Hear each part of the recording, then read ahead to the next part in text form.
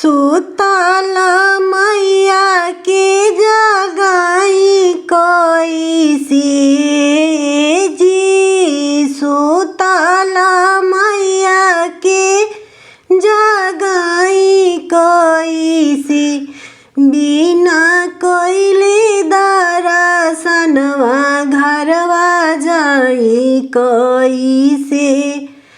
बिना कइले दर्शनवा घरवा जाई कैसे। टिकावा ले आइनी माई के बिंदिया ले आइनी। टिकावा ले आइनी माई के बिंदिया ले आइनी।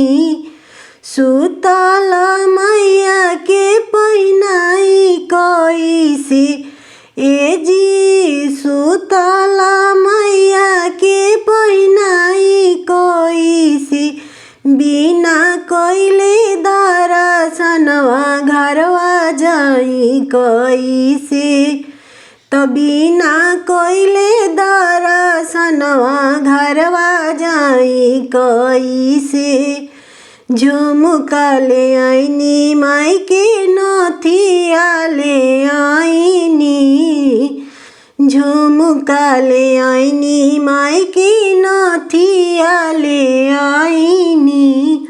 सुतल मैया के पहिनाई कैसे ए जी। सुतल मैया के पहिनाई कैसे बिना कइले दर्शनवा घरे जाई कैसे।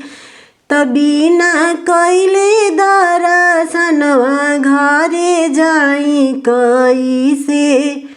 हारवा ले आइनी माई के सिंदूरा ले आइनी। हारवा ले आइनी माई के सिंदूरा ले आइनी। सुतल मैया के पिन्हाई कैसे ए जी। सुतल मैया के लगाई कैसे बिना कइले दर्शनवा घरे जाई कैसे। बिना कइले दर्शनवा घरे जाई कैसे। लहंगा ले आइनी माई के चुंदरी ले आइनी। लहंगा ले आइनी माई के चुंदरी ले आइनी। सुतल मैया के ओढ़ाई कैसे ए जी। सुतल मैया के पहनाई कैसे बिना कइले दर्शनवा घरवा जाई कैसे। बिना कइले दर्शनवा घरवा जाई कैसे।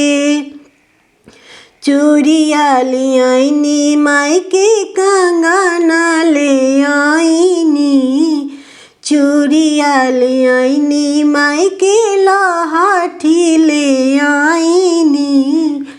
सुतल मैया के पिन्हाई कैसे ए जी। सुतल मैया के पिन्हाई कैसे बिना कइले दर्शनवा घरवा जाई कैसे।